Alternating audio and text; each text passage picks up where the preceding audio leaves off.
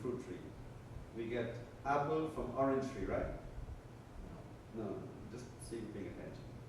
We get apples from apple tree, orange from orange tree. So if you are the fruit, so is the tree. So if the tree is rotten, so the fruit is rotten too. That's why we have Pitri Puja. Pitri Puja means praying to the ancestors.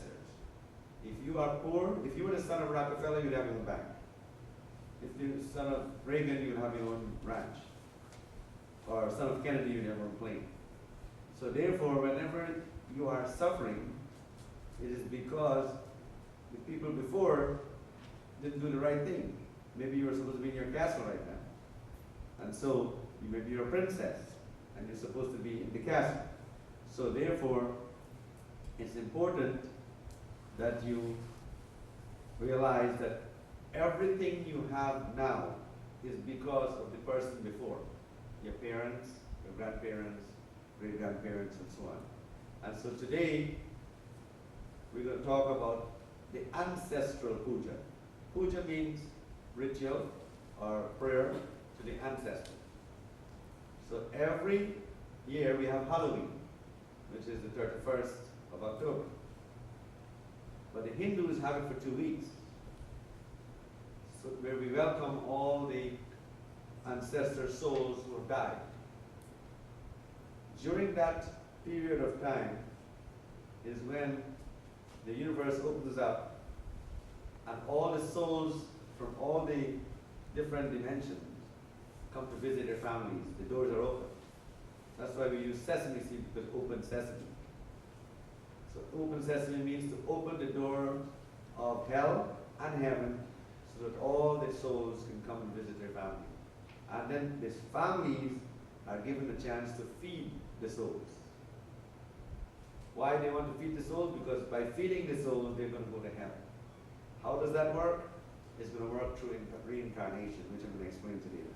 How reincarnation works to help you. Reincarnation is important because if everything dropped off the universe, there would be no reincarnation, and then we would not exist. So reincarnation is a very important part of life.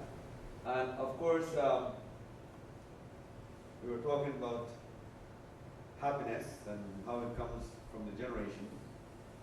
And as I said, your ancestors respond for you what you are now, right? What you are now, what is happening to you now, is because of the ancestors. And it's very clear when you see single mothers raising children and so on. The father is missing. You will find that daughter has a lot of problem trying to grapple with love with another man, because she never had a great relationship with her father. So she has to learn about love in a very hard, tough way.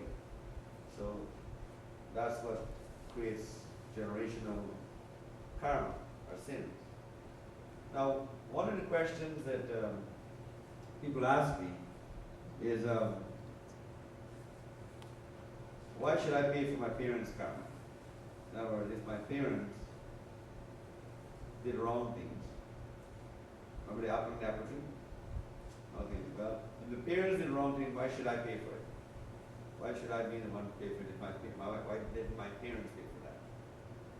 Well, if your parents had $1 million, who would get it? You would get it. You would inherit that $1 million. If the parents, enjoy a big house, who would get the house? But so also, if the parents create sins, who will get the sin? You. So also the grandfather and the great-grandfather and so on create the same thing. Now take the Kennedys, for example. Notice in the Kennedy family, everyone who tries to do politics ends up being shot or ends up dying in a plane crash. Nobody ever able to reach the top after. The only one that Ted Kennedy was the only one that reached the presidency. But after that, it was like a curse in the family. Nobody, every generation, didn't survive. And now take the Rockefellers. They all open banks. So everybody had a bank, I have a bank. You know. So whatever your grandparents do creates the problem for you. Now, if a man shouts at people or he constantly barks at people, what do you think he'll become in next life? He'll become a dog when he dies. Right? Now Darwin had it right. We do evolve. We evolve through the species. But Darwin forget one thing. He forgot the soul. When a person barks at people, he becomes a dog. When he steals, he becomes a rat. When he's sneaky, he becomes a snake. And so on. So, when he dies, if he becomes a dog, the only person who can rescue him from that existence is the living children. So the living children are the ones who are going to make the dog die, become an ape or an elephant, and then the ape is going to die and he's going to become a human again. So that's the process of reincarnation. We all go through the species. That's why some of us still act like tigers and dogs and things like that. We still bark a little bit, and some of us are sneaky and so on. But we still carry some of those animalistic instincts. So, and it comes out sometimes in our love life and so on. I mean, mostly in our love life.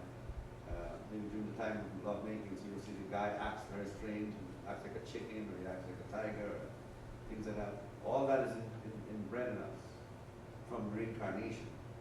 So when you worship the ancestors, if the ancestor was a dog, let's say your grandfather was a dog, he became a dog. Now the dog will die faster, he'll become an elephant, let's say, and then you worship the ancestors again. Yeah, the elephant will die and he'll become human.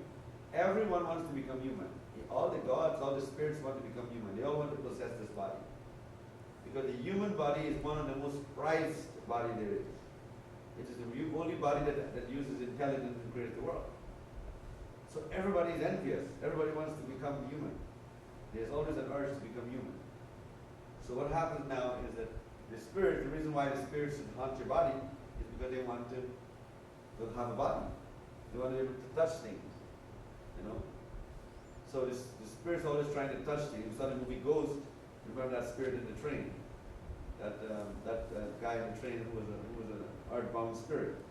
The movie Ghost is really close to what our reincarnation is. So what happens now is that the ghost in the movie tried to touch things, tried to throw things. He was showing Patrick Swayze in the movie how to do that as a spirit. So all that is very, very correct. So what happens now is that they always try to hold things and they hand pass right through. But when they have a body, a human body, they will